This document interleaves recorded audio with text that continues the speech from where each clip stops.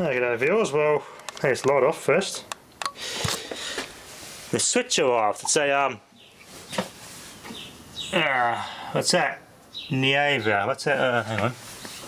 Nianfa Chinese client of a furnace switch for $20 and free shipping. The quality of it's actually better than I thought.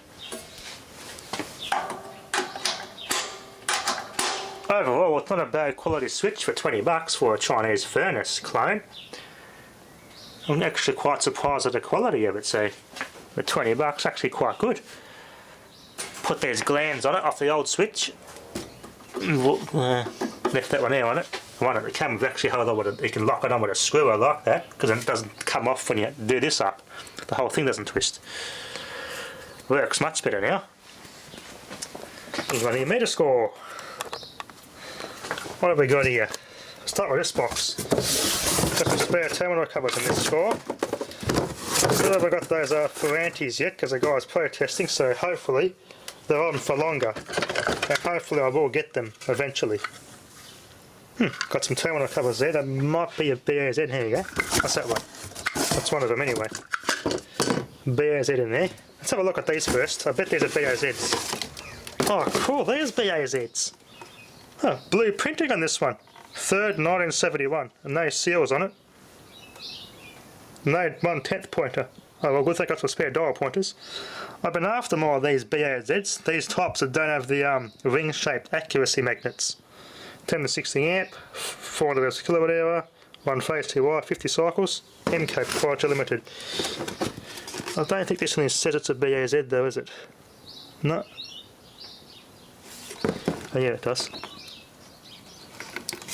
Hard to see, turn the camera light on. I'll leave this on here for historic reasons, this big label. What our meter type? BAZ. Yep, it is a BAZ. A later model BAZ. That's this terminal cover here goes with that. That's off the other one. That's in there. There we go, look at that, beautiful. These non-horseshoe shaped magnet BAZs. Metal dial pointers too.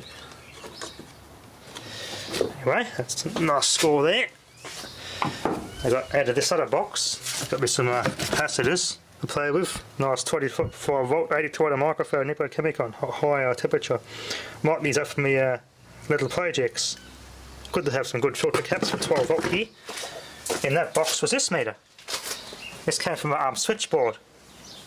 I just had a cutout for the front of it here, but I never put the terminal cover on it at all when it was first installed all these years ago, so where the terminal cover is, long gone unfortunately. Let's see what this meter is. Oh, another BAZ. A more modern BAZ with no ring-shaped magnets. 10 to 60 amps, same as this one, same spec. Slightly newer, it's got the EMR Mark 1 style appearance to it. No 1/10 pointer either. So this is definitely an older BAZ. Nice, I love those BAZs.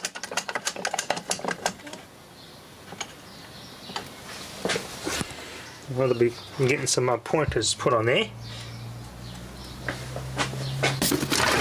Got some SDM for the fancy dancy big dial pointers on it. Beautiful. More terminal covers. What's this one? Oh, careful there. Another one the same. 1986 recalibrated. Another one the same as that one. Another one there. SDM. That's a polyphase though. Polyphase one. What's this one? A dial pointed one of these clear case meters. Nice. I'll get these out the way. Careful here, got plenty of terminal covers for these big meters, but not the smaller ones. City power. It's a power core one. A little bit hard to get hold of power core meters, but now we've got one. Apparently they don't keep them at all now, they just chuck them in the pile. So, yeah, they get careless, these idiots. Be careful with those terminal covers here. Another one the same. SDM, same as those other feet. It's sort of all different spec though. Shut that down. Okay, we got this one, a Siemens MM2600 XDF6. Looks like one of those later Greek-made ones. It's a 2600 XWDF6 old power core one. Looks like it's a CT one. Yeah, would be too. CT that one. This one looks like a direct wired. That's a CT one. Well, not a big score this time, but New South Wales were smart enough and they're actually holding on and putting these meters back in the service because of the smart meter trials failed big time over there. But if they do succumb to the bloody smart meter Nazis, well, I'm going to get a lot more old meters like this and BAZs and SDs galore, hopefully. He's got techs up there he's got in the contact with and they know that I want them. Another WF2, a bit dirty that one. Smiley, with a terminal cover on it. Hey! Little SD in there. Nice SD. Polyphase SD. With all metal dial pointers and nice beautiful shaped magnets in there. It's that one a CM170 XF6. Alright, be careful here. Oh, this one here now.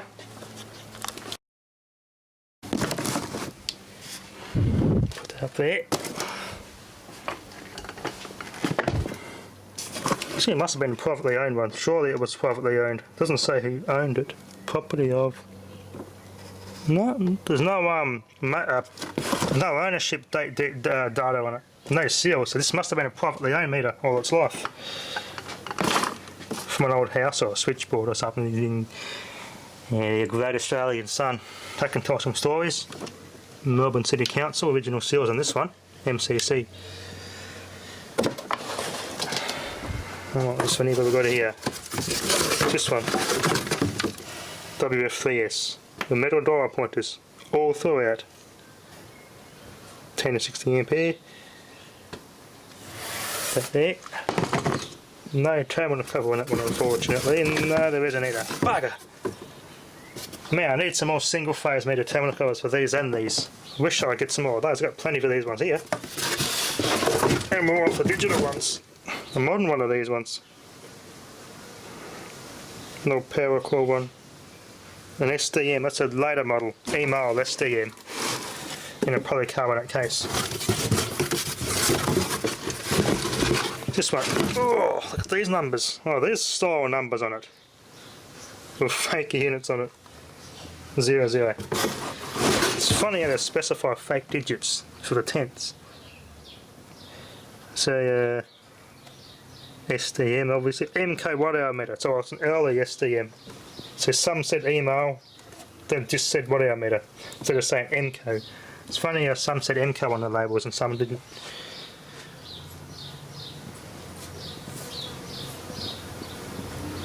3 phase, 6.6 per kilowatt hour, but 800 blank 5. It's a CT meter. 3 times 240, 50, yeah, 3 phase CT meter this one. 100,000 dial on it. So it's 1.66 volts per kilowatt hour, but the spec, that's weird, 206.6 volts per kilowatt hour, but the spec for this is 1.66. This is a wrong terminal plate. It's actually a 800/5 amp, but it's actually a 1.66 volts per kilowatt hour. This is actually off a normal SDM by the looks of it, because it stuck that over the top, but didn't correct the volts per kilowatt hour for this spec here. So it's a 1.66 volts per kilowatt hour.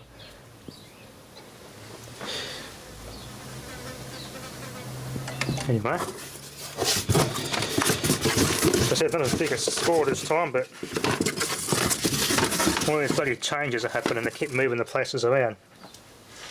So hopefully, if the unfortunate event happens at New South Wales and they start rolling out the smart meters in full swing over there, I'm going to get a lot more of these meters. A lot more BAZs and M1s and Wobbit and Frankies and SDs. New South Wales is full of these meters. So yeah, it's got more techs almost as far away as bloody Maitland. all over New South Wales, so hopefully we can get more. There's not much left around Victoria, unfortunately. Anyway, that's right. What I was saying was they won't actually replace the meter in New South Wales now. They won't. The smart meter rollout's not actually mandated and forced like it was in Victoria. They won't actually replace it unless the customer gets solar, or they have to rewire or redo the metering board. Replace, or if there's a fault in the wiring somewhere, and they've got to replace, or they upgrade the metering board. They don't normally keep the meter, put the old meter back anymore. They they replace it with a smart meter now. But if it's something minor like a couple of federal fuses to replace a modern circuit breaker, something like just upgrading the meter board itself, they'll put the original meters back. But if there's a fault in the wiring of the building or a house, they'll change everything. They have to change everything, even the meter and the whole meter box and everything. So that's the only reason why New South Wales will put a smart meter in, as if they actually have to upgrade the metering panel, which isn't very common. Some businesses they get solar though, places like that where I'll get the old BAZ and stuff from. Anyway, that'll be enough for now. Thanks for watching.